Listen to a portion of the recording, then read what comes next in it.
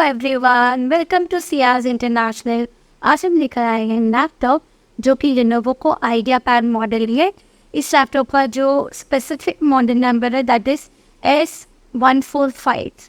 इस लैपटॉप में जो इशू हम फेस कर रहे हैं, लैपटॉप एक्सट्रीमली बहुत स्लो है और पावर प्लग ऑफ करते ही जो बैटरी है इसकी कम्प्लीटली ड्रेन्ड है। It's working only with the charging. तो इसमें बैटरी भी रिप्लेस करेंगे एंड इसकी एसएसडी भी रिप्लेस करेंगे। ये देखिए कितना टाइम लग रहा है इसको ओपन होने के लिए। इवन दो लैपटॉप की जो कंडीशन है वो एक्सट्रीमली फाइन है, बट जो प्रॉब्लम है that is with the speed. इसमें जो वेरिएंट लगेगा दैट इज NVMe। मैं ऑलरेडी इसके स्क्रूज जो है डिसेबल कर चुकी हूँ।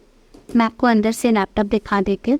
ये है लैपटॉप एंड इसकी जो बैटरी है इसको हम रिमूव कर